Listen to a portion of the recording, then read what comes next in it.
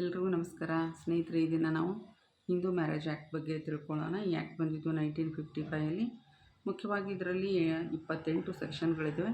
ಪ್ರಮುಖವಾಗಿ exam point of ವ್ಯೂವಿಂದ ಯಾವ್ಯಾವ ಸೆಕ್ಷನ್ಗಳು ನಮಗೆ ಮಹತ್ವದ್ದಾಗಿದೆ ಅನ್ನೋದ್ರ ಬಗ್ಗೆ ತಿಳ್ಕೊಳ್ಳೋಣ. ಮೊದಲನೇದಾಗಿ ಸೆಕ್ಷನ್ 5, ಮದುವೆ ಆಗೋಕ್ಕೆ ಇರುವಂಥ ಕಂಡೀಷನ್ಗಳು. 5 ಕಂಡೀಷನ್ ಇದೆ. ಇದರಲ್ಲಿ ಮೊದಲನೇದಾಗಿ ಏನು ಅಂತಂದರೆ, neither party as a spouse living at the time of marriage. ಮದುವೆ ಸಮಯದಲ್ಲಿ ಯಾವುದೇ ರೀತಿಯ ಗಂಡ ಅಥವಾ ಹೆಂಡತಿಯಾಗಿ ಅವ್ರಿಗೆ ಆಲ್ರೆಡಿ ಇರಬಾರ್ದು, ಅಂದರೆ ಮುಂಚೆನೇ ಮದುವೆ ಆಗಿರಬಾರ್ದು ಅನ್ನೋದು ಇದರ ಅರ್ಥ. ಎರಡನೇದಾಗಿ ಮದುವೆ ಆಗುವಂಥ ಸಂದರ್ಭದಲ್ಲಿ ಈಗ ಕನ್ಸೆಂಟ್ ಅನ್ನೋದು ಒಪ್ಪಿಗೆ ಬಹಳ ಮುಖ್ಯವಾಗಿರುತ್ತೆ. ಒಂದು ವೇಳೆ ಅವ್ರಿಗೆ ಒಪ್ಪಿಗೆ ಕೊಡೋಕ್ಕೆ ಸಿದ್ಧರಿದ್ದಾರೋ ಇಲ್ವೋ ಅದು ವ್ಯಾಲಿಡ್ ಕನ್ಸೆಂಟ್ ಹೌದೋ ಅಲ್ಲೋ ಅಂತ ನಾವು ಪರಿಗಣಿಸ್ಬೇಕಾಗುತ್ತೆ. ಒಂದು ವೇಳೆ ಕನ್ಸೆಂಟು ಕೊಡೋಕ್ಕೆ ಅವ್ರಿಗೆ ಕೊಡುವಂಥ ಪರಿಸ್ಥಿತಿಯಲ್ಲಿ ಇದ್ದರೂ ಕೂಡ ಯಾವುದೇ ಒಂದು ರೋಗದಿಂದ ಬಳಲ್ತಾ ಇದ್ದರೆ, ಮಾನಸಿಕವಾಗಿ ಅಸ್ವಸ್ಥರಾಗಿದ್ದರೆ ಅಂಥ ಸಂದರ್ಭದಲ್ಲೂ ಆ ಕನ್ಸೆಂಟನ್ನು ವ್ಯಾಲಿಡ್ ಅನ್ನೋಕ್ಕೆ ಬರೋದಿಲ್ಲ. ಅಥವಾ ಯಾವುದೋ ಒಂದು ರೋಗದಿಂದ ಫ್ರೀಕ್ವೆಂಟ್ ಅಟ್ಯಾಕ್ ಆಗ್ತಾಯಿದ್ದ ಅಂಥ ಸಂದರ್ಭದಲ್ಲೂ ಅವ್ರು ಏನಾದರೂ ಒಪ್ಪಿಗೆ ಕೊಟ್ಟಿದ್ದರೆ ಅದನ್ನು ಕೂಡ ವ್ಯಾಲಿಡ್ ಅಂತ ಕನ್ಸಿಡರ್ ಮಾಡೋಕ್ಕೆ ಬರೋದಿಲ್ಲ. ಅನ್ಲೆಸ್ ಆ ವ್ಯಕ್ತಿ ಆ ಒಂದು ಅಸ್ವಸ್ಥತೆಯಿಂದ ಸಂಪೂರ್ಣವಾಗಿ ಗುಣಮುಖವಾಗಿ ಒಪ್ಪಿಗೆ ಕೊಟ್ಟಾಗ ಮಾತ್ರ ಅದನ್ನು ವ್ಯಾಲಿಡ್ ಕನ್ಸೆಂಟ್ ಅಂತ ಅಥವಾ ವ್ಯಾಲಿಡ್ ಮ್ಯಾರೇಜ್ ಅಂತ ಕನ್ಸಿಡರ್ ಮಾಡೋಕ್ಕಾಗುತ್ತೆ. ನೆಕ್ಸ್ಟ್ ಬಂದುಬಿಟ್ಟು ವಿವಾಹ ಸಮಯದಲ್ಲಿ ಹುಡುಗನಿಗೆ 21, ಹುಡುಗಿಗೆ 18 ವರ್ಷ ಇರಲೇಬೇಕು. ಹಾಗೆಯೇ ಅವರು ಯಾವುದೇ ರೀತಿ ಪ್ರೊಹಿಬಿಟೆಡ್ ರಿಲೇಷನಲ್ಲಿ ಪ್ರೊಹಿಬಿಟೆಡ್ ಡಿಗ್ರಿ ಅಂತಂದರೆ ಲೈಕ್ ತಾಯಿ ಮತ್ತು ಅಕ್ಕ ತಂಗಿ, ಚಿಕ್ಕಮ್ಮ ಚಿಕ್ಕಪ್ಪ ಈ ಥರ ಒಂದು ಸಂಬಂಧದಲ್ಲಿದ್ದಾಗ ಮದುವೆ ಆಗೋಕ್ಕೆ ಬರೋದಿಲ್ಲ. ಇನ್ನೊಂದು ಕಂಡೀಷನ್ ಏನಂದರೆ, ಸಪಿಂಡಾಜ್ ಇದ್ದರೆ, ಅಂದರೆ ತಾಯಿ ಕಡೆಯ ಒಂದು 3ನೇ ಜನ್ರೇಷನ್ದ ಆಗಿರ್ಬೋದು, ತಂದೆ ಕಡೆಯಿಂದ 5ನೇ ಜನ್ರೇಷನ್ ಒಳಗಡೆ ಮದುವೆ ಆಗೋಕ್ಕೆ ಬರೋದಿಲ್ಲ. ಸೊ ಇದು ಬಹಳ ಇಂಪಾರ್ಟೆಂಟು. ಇದ್ರ ಬಗ್ಗೆ ಬಹಳಷ್ಟು ಸರಿ ಪ್ರಶ್ನೆ ಬಂದಿದೆ, ಇದನ್ನು ನೋಡ್ಕೊಳ್ಳಿ. ಹಾಗೆಯೇ ಮುಂದುವರೆದು ಸೆಕ್ಷನ್ 8, ರಿಜಿಸ್ಟ್ರೇಷನ್ ಆಫ್ ಮ್ಯಾರೇಜ್. ಇದು ಬಹಳನೇ ಇಂಪಾರ್ಟೆಂಟು. ಮದುವೆಗೆ ರಿಜಿಸ್ಟ್ರೇಷನ್ ಮುಂಚೆ ಎಲ್ಲ ಹಾಗೇ ಮಾಡಿಬಿಡ್ತಾಯಿದ್ರು. ಈಗ ಬಹಳಷ್ಟು ಕೇಸಸ್ಗಳು ಫ್ಯಾಮಿಲಿ ಕೋರ್ಟಲ್ಲಿ ಇರೋದರಿಂದ ಡಿವೋರ್ಸ್ ಆಗಿರ್ಬೋದು, ಮೇಂಟೆನೆನ್ಸ್ ಆಗಿರ್ಬೋದು, ಈ ಥರ ಎಲ್ಲ ಇದ್ದಾಗ so it is necessary to prove the marriage between the parties. So registration is very much necessary and it is a compulsory. Section 8 ಆಯಿತು. ಸೆಕ್ಷನ್ 9 ಬಂದು ರೆಸ್ಟಿಟ್ಯೂಷನ್ ಆಫ್ ಕಂಜುಗಲ್ ರೈಟ್ಸ್. ಅಂತಂದರೆ ಮದುವೆ ಆಗಿ ಇಬ್ಬರು ಗಂಡ ಹೆಂಡತಿ ಸಂಸಾರ ಮಾಡಬೇಕಾದ್ರೆ ಇಬ್ಬರ ನಡುವೆ ಯಾವುದೇ ರೀತಿ ಡಿಸ್ಪ್ಯೂಟ್ ಬಂದು ಒಬ್ಬರಿಂದೊಬ್ಬರು ಬೇರೆ ದೂರ ಇದ್ದಂಥ ಸಂದರ್ಭದಲ್ಲಿ ಅವರನ್ನು ಮತ್ತೆ ಮೆಟ್ರೋಮನಿ ಹೋಮ್ಗೆ ಕರೆಯುವಂಥ ಒಂದು ಸೆಕ್ಷನ್ ಇದು ರೆಸ್ಟಿಟ್ಯೂಷನ್. ಅದನ್ನು ರೆಸ್ಟಿಟ್ಯೂಟ್ ಮಾಡೋದಿರುತ್ತೆ. ಸೊ ಇದನ್ನು ನೀವು ಕೋರ್ಟಲ್ಲಿ ಕೇಸ್ ಹಾಕೋದ್ರ ಮೂಲಕ ನೀವು ಐದರ್ ಪಾರ್ಟಿ ಯಾರಾದರೂ ಆಗಿರ್ಬೋದು, ಐದರ್ ಹಸ್ಬೆಂಡ್ ಆರ್ ವೈಫ್, ಅವ್ರನ್ನ ಈ ಒಂದು ಸೆಕ್ಷನ್ ಅಡಿಯಲ್ಲಿ ಮತ್ತೆ ಮೆಟ್ರೋಮನಿ ಹೋಮ್ಗೆ ಕರೆಯುವಂಥ ಅವಕಾಶ ಇದೆ. ಅಲ್ಲಿ ಸೆಕ್ಷನ್ 10 ಏನು ಹೇಳುತ್ತೆ, ಜುಡಿಷಿಯಲ್ ಸಪ್ರೇಷನ್ ಅಂತ. ಸೊ ಇಲ್ಲಿ ಏನಾಗುತ್ತೆ ಅಂದರೆ, ಕೆಲವೊಂದು ಸರಿ ಇಬ್ಬರಿಗೂ ಜೊತೆಗಿರೋಕೆ ಆಗ್ತಾ ಇರೋದಿಲ್ಲ ಅಂಥ ಸಂದರ್ಭ ಇರುತ್ತೆ, ಏನೋ ಡಿಸ್ಪ್ಯೂಟ್ಸ್ ಇರುತ್ತೆ.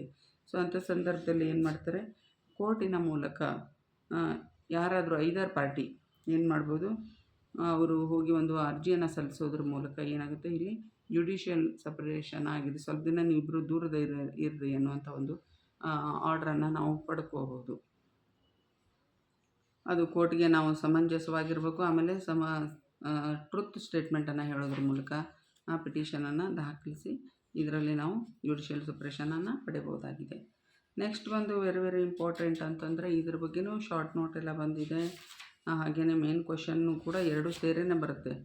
ಏನಂತಂದರೆ ಚಾಪ್ಟರ್ 4ರಲ್ಲಿ nullity of marriages and divorce. ಇದರಲ್ಲಿ void marriage and voidable marriage section 11 ಮತ್ತು 12.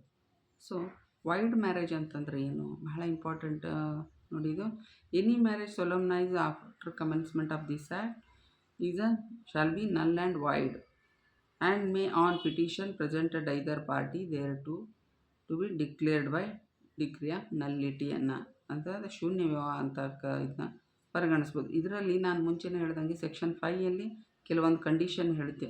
ಅದರಲ್ಲಿ 1, 4 ಮತ್ತು 5 ಏನು, ಒಂದನೇದೇನಾಗಿತ್ತು, shall not be have any spouse at the time of marriage ಇರಬಾರ್ದು. ಆಮೇಲೆ 4ನೇ ಕಂಡೀಷನ್ ಏನಾಗಿತ್ತು, shall not be any prohibited degree of marriage. ಅಂದರೆ ಅಕ್ಕ ತಂಗಿ ಅಥವಾ ಒಂದು ಸಂಬಂಧದಲ್ಲಿ ಅವ್ರ ಅಕ್ಕ ಆಗ್ತಾಯಿದ್ದು, ತಾಯಿ ಆಗ್ತಾಯಿದ್ದು, ತಂಗಿ ಆಗ್ತಾಯಿದ್ದು ಇಂಥವ್ರ ಜೊತೆ ಮದುವೆ ಬರೋದಿಲ್ಲ. ಆಮೇಲೆ ಸಪಿಂಡಾಸ್, ಅದೇ 3ನೇ ಜನ್ರೇಷನ್ ತಾಯಿ ಕಡೆಯಿಂದ, ಹಾಗೆಯೇ 5ನೇ ಜನ್ರೇಷನ್ ತಂದೆ ಕಡೆಯವರ ಒಂದು ಸಂಬಂಧದಲ್ಲಿ ಮದುವೆ ಆಗೋಂಗಿಲ್ಲ. ಒಂದು ವೇಳೆ ಆ ರೀತಿ ಮದುವೆ ಆಗಿದ್ದರೆ ಅದನ್ನು ವೈಡ್ ಮ್ಯಾರೇಜ್ ಅಂಥೇಳಿ ಕನ್ಸಿಡರ್ ಮಾಡಲಾಗುತ್ತೆ. ಅದನ್ನು ಕೋರ್ಟ್ ಆಫ್ ಲಾ ಮೂಲಕ ನೀವು ನಲ್ಲಿಫೈ ಮಾಡ್ಕೋಬೋದು. ಇನ್ನು ಸೆಕ್ಷನ್ 11 ಏನು ಹೇಳುತ್ತೆ ಅಂತಂದರೆ, ಸೆಕ್ಷನ್ 11 ವೈಡ್ ಮ್ಯಾರೇಜ್. ಸೆಕ್ಷನ್ 12 ಏನು ಹೇಳುತ್ತೆ ಅಂದರೆ ವೈಡೇಬಲ್ ಮ್ಯಾರೇಜ್. ಅಂದರೆ ಇದರಲ್ಲಿ ಒಬ್ಬ ಪಾರ್ಟಿ ಒಂದು ಸಮಯಕ್ಕೆ ಇದನ್ನು ಏನು ಮಾಡ್ಬೋದು, ವೈಡೇಬಲ್ ಶೂನ್ಯ ಕರಾರು ಅಂತ ಮಾಡುವಂಥ ಸಾಧ್ಯತೆ ಇರುತ್ತೆ. ಯಾವ ರೀತಿ ಅಂತಂದರೆ, ಎನಿ ಮ್ಯಾರೇಜ್ ಸೊಲಮ್ನೈಸ್ ಈ ಆ್ಯಕ್ಟ್ ಬಂದ ನಂತರ voidable may be annulled by decree of nullity on the ಈ ಮೂಲಕ ಹೇಳುವಂಥ ನಾನು ಗ್ರೌಂಡ್ಸು ಯಾವುವು ಅಂತಂದರೆ, that the marriage has been conjugated owing the importance of respondent or contravention of the conditions specified in section 5. ಒಂದು ವೇಳೆ ಒಂದು ವಿವಾಹವನ್ನು ನೀವು ಸೊಲಮ್ನೈಸ್ ಏನು ಮ್ಯಾರೇಜ್ ಕನ್ಸ್ಯೂಮ್ ಆಗೋದ್ರಲ್ಲಿ ಏನಾಗುತ್ತೆ ಅಂತಂದರೆ ತಡವಾಗ್ತಿದ್ದು, ಅಥವಾ ಅದು due to some of the impotency ಆಗಿರ್ಬೋದು, ಈ ಐದರ್ ಪಾರ್ಟಿ ರೆಸ್ಪಾಂಡೆಂಟ್ಗೆ ಅಂಥ ಒಂದು ಸಂದರ್ಭದಲ್ಲೂ ಕೂಡ ವೈಡೇಬಲ್ ಮಾಡ್ಕೋಬೋದು. ಅಥವಾ ಈ ಮುಂಚೆ ನಾನು ಹೇಳ್ದಂಗೆ ಸೆಕ್ಷನ್ 5ಯಲ್ಲಿರುವಂಥ ಕ್ಲಾಸ್ 2 ಅಂತಂದರೆ ಅವರು ಆ ಸಮಯದಲ್ಲಿ ಕನ್ಸೆಂಟ್ ಕೊಡೋಕ್ಕೆ ಒಪ್ಪಿಗೆ ಇದ್ದರೂ ಕೂಡ ಯಾವುದೋ ಒಂದು ಮೆಂಟಲ್ ಡಿಸಾರ್ಡರಿಂದ ಬಳಲ್ತಾ ಇದ್ದು ಅಂಥ ಸಂದರ್ಭದಲ್ಲಿ ಅದನ್ನು ವ್ಯಾಲಿಡ್ ಅನಿಸಲ್ಲ. ಒಂದು ವೇಳೆ ಆ ರೋಗ ಮಾನಸಿಕ ವ್ಯವಸ್ಥೆಯಿಂದ ಆರಾಮಾಗಿ ಬಂದುಬಿಟ್ಟು ನಂತರ ಅವರು ಏನಾದರೂ ಇದನ್ನು ಮ್ಯಾರೇಜಿಗೆ ಒಪ್ಪಿಗೆ ಕೊಟ್ಟರೆ ಅದನ್ನು ಆ ಟೈಮಲ್ಲಿ ಅದನ್ನ ಕನ್ಸಿಡರ್ ಮಾಡ್ತಾರೆ. ಸೊ ಅಲ್ಲದೇ ಅಥವಾ ಒಂದು ಮದುವೆ ಸಂದರ್ಭದಲ್ಲಿ ಯಾರಾದರೂ ಗಾರ್ಡಿಯನ್ ಕೊಟ್ಟಿರ್ತಾರೆ ಕನ್ಸೆಂಟು. ಸೊ ಇವಾಗ already child marriage is prohibited, but ಮುಂಚೆ ಎಲ್ಲ ಇತ್ತು. ಅದ್ರ ಸಂಬಂಧ ಗಾರ್ಡಿಯನ್ ಕನ್ಸೆಂಟ್ ಕೊಡ್ತಾಯಿದ್ರು. But in case if after becoming a major, if the girl or any spouse of the marriage want to be lead that marriage ಅಂತಂತಂದರೆ ಅದನ್ನು ಅವ್ರು ಏನು ಮಾಡ್ಬೋದು, ಆ ಸಮಯಕ್ಕೆ ಆ ಮ್ಯಾರೇಜನ್ನು ವೈಡೇಬಲ್ ಅಂಥೇಳಿ ಕನ್ಸಿಡರ್ ಮಾಡ್ಬೋದು. ಸೊ ಇದೆಲ್ಲ ಸಂದರ್ಭದಲ್ಲಿಯೂ ಕೂಡ ಇನ್ನೂ ಬಹಳಷ್ಟು ಇದೆ, ಅದನ್ನೆಲ್ಲ ನೀವು ನೋಡ್ಕೊಳ್ಳಿ ಅಂತ ಹೇಳ್ತೀನಿ. ಮತ್ತು ಮುಖ್ಯವಾಗಿ ಮತ್ತೆ ನಾವು ಮುಂದೆ ಹೋಗೋಣ, ಯಾಕಂದರೆ ಇದು ಕ್ವಿಕ್ ರೌಂಡಪ್ ಆಗಿರೋದ್ರಿಂದ ಬೇಗನೆ ನಿಮಗೆ ವಿಷಯವನ್ನು ಹೇಳ್ತಾ ಇದ್ದೀನಿ, ಯಾವುದು ಇಂಪಾರ್ಟೆನ್ಸ್, ಯಾವುದನ್ನು ನೀವು ನೋಡ್ಕೋಬೇಕು ಅಂಥೇಳಿ. ಹಾಗೆಯೇ ಮುಂದುವರೆದು ಹೇಳಬೇಕು ಅಂತಂದರೆ ಸೆಕ್ಷನ್ 16 ಅಂತ ಬರುತ್ತೆ. ಇಲ್ಲಿ ಇದಕ್ಕಿಂತ ಮುಂಚೆ ನಾವು ಬಹಳ ಮುಖ್ಯವಾಗಿರೋದು ಇತ್ತೀಚಿನ ದಿನಗಳಲ್ಲಿ ನಾವು ನೋಡ್ತಾ ಇದ್ದೀವಿ ಡಿವೋರ್ಸ್. ಸೊ ಸೆಕ್ಷನ್ 13 ಇದರಲ್ಲಿ ಸೆಕ್ಷನ್ 13 ಬಗ್ಗೆ ಕೆಲವೊಂದು ಪಾಯಿಂಟ್ಸ್ ಇದೆ. ಯಾವುದೇ ಮ್ಯಾರೇಜನ್ನು ಯಾವ ರೀತಿಯಾಗಿ ನಾವು ಡಿವೋರ್ಸ್ ಕೆಲವೊಂದು ಗ್ರೌಂಡ್ಸ್ಗಳನ್ನ ಕೊಟ್ಟಿದ್ದಾರೆ. ಯಾವ್ಯಾವ ಗ್ರೌಂಡು ಅಂತ ನೋಡೋಣ. ಮದುವೆ ಕನ್ಸ್ಯೂಮೇಟ್ ಆಗದೆ ಹೋದರೆ, ಅಥವಾ ಮದುವೆ ಆಗಿ 2 ವರ್ಷದಿಂದ ಅವರು ದೂರದರ ಇದ್ದರೆ, ಮದುವೆಯಲ್ಲಿ ಯಾವುದೇ ರೀತಿ ಕ್ರೂಯಾಲಿಟಿ ಹ್ಯಾರಾಸ್ಮೆಂಟ್ ಇದ್ದರೆ, ಆಮೇಲೆ ಯಾವುದೇ ಒಂದು ರೋಗ ಇನ್ಕ್ಯೂರಬಲ್ ಡಿಸೀಸಿಂದ ಬಳಲ್ತಾ ಇದ್ದರೆ, ಮೆಂಟಲ್ ಡಿಸಾರ್ಡರ್ ಇದ್ದರೆ, ಫಿಸಿಕಲ್ ಡಿಸಾರ್ಡರ್, ಸೈಕೋಪಥಿಕ್ ಡಿಸಾರ್ಡರ್ಸ್ ಇದ್ದರೆ, ಸೊ ಇವೆಲ್ಲ ಕಾರಣಗಳಿಂದ ಏನಾಗುತ್ತೆ, ಡಿವೋರ್ಸನ್ನು ಪಡಿಬೋದು ಐದರ್ ಪಾರ್ಟಿ. ಇದರಲ್ಲಿ ಅಥವಾ ಬೇರೆ ಕಡೆ ದೇಶಾಂತರ ಹೋಗಿಬಿಟ್ಟು 7 ವರ್ಷವಾದ್ರೂ ಅವ್ರ ಗಂಡ ಸಿಗ್ತಾ ಇಲ್ಲ, ಎಲ್ಲಿ ಹೋಗಿದ್ದಾರೆ ಅಂಥ ಸಂದರ್ಭದಲ್ಲೂ ಕೂಡ ಡಿವೋರ್ಸನ್ನು ಪಡಿಬೋದಾಗಿದೆ. ಇದರಲ್ಲೇ ಮತ್ತೆ ಸೆಕ್ಷನ್ 13B ಅಂತಿದೆ. ಇಲ್ಲಿ ಕೂಡ ನೀವು ಏನು ಮಾಡ್ಬೋದು, ಕನ್ಸೆಂಟ್ ಡಿವೋರ್ಸ್. ಇಲ್ಲಿ ಇಬ್ಬರು ಸೇರಿ ಒಂದು ಗಂಡ ಹೆಂಡತಿ ಇಬ್ಬರು ಪಿಟಿಷನ್ ಹಾಕೋದ್ರ ಮೂಲಕ ಕನ್ಸೆಂಟ್ ಡಿವೋರ್ಸನ್ನು ಕೋರ್ಟ್ ಮೂಲಕ ಶೀಘ್ರವಾಗಿ ಪಡಿಬಹುದಾಗಿದೆ. ಇಲ್ಲಿ ಕೂಡ ಒಂದು ಅಲೆಮನಿ ಅನ್ನೋದಾಗಲಿ ಅದನ್ನು ಫಿಕ್ಸ್ ಮಾಡ್ಕೊಂಡವರು ತಗೋಬೋದು.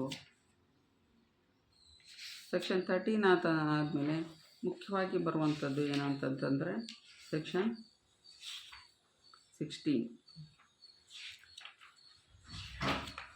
ಸೆಕ್ಷನ್ 16ನಲ್ಲಿ ಏನು ಹೇಳ್ತಾರೆ ಅಂತಂದರೆ 13ನಲ್ಲಿ ತುಂಬ 1A 1B 222 ನಂಬರ್ಸ್ ತುಂಬಾ ಇದೆ. On the ground of various grounds you can get the divorce.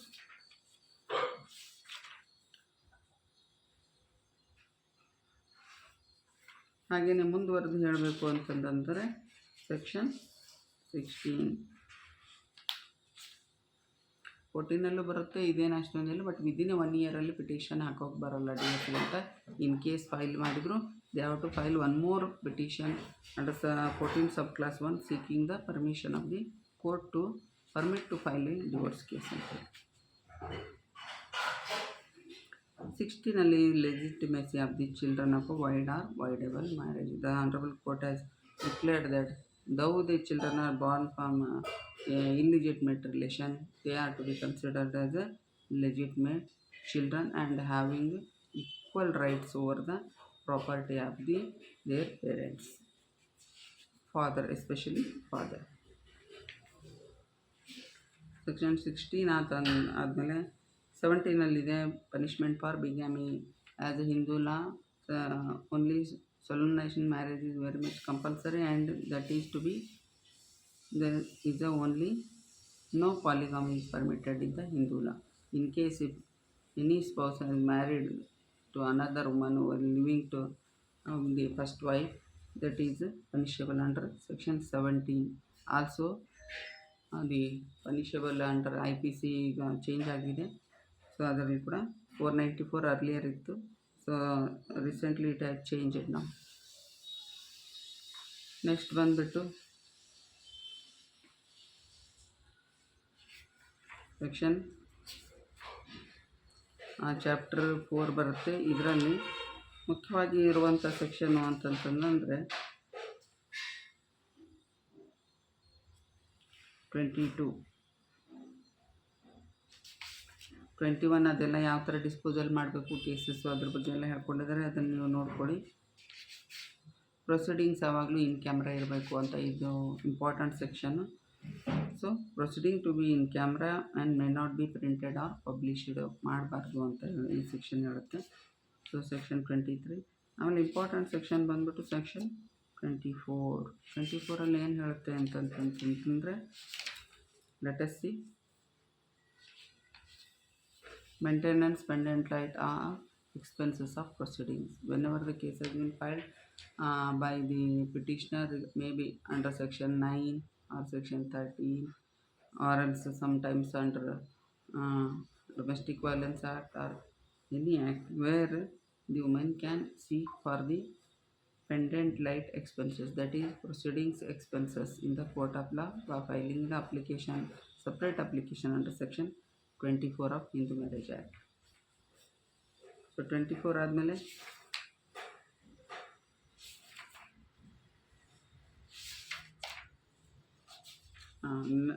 Section 25 ಬರುತ್ತೆ. ಇಲ್ಲಿ the petitioner can seek for the permanent alimony or maintenance from the respondent husband. So that is also important over here. So that has to be also considered while passing the orders. If she is having the children and she has been deserted more than 2 years, she can file a maintenance. Even CRPC 125 ಕೂಡ ಕೇಳ್ಬೋದು. Now coming to the next, that is section 26, where the custody of children can be application can be moved regarding the custody of the children by the petitioner. The court will consider the same while passing the orders. So now if any aggrieved by the any order of any judgment of this court under sections above said sections, even she can file a appeal before the court of law under section 28. ಈ decree ಅಥವಾ judgment ಆರ್ಡರ್ಸನ್ನು challenge ಮಾಡಿ ಕೇಳ್ಬೋದು. So these are all about the Hindu law and important sections. Hope you will understood and will go through it ಅಂತ ಹೇಳ್ತಾ ಇವತ್ತಿಗೆ ಈ ಚಾಪ್ಟರ್ನ ಮುಗಿಸೋಣ. ಮತ್ತು will see some I will come with some other topic also. Thank you.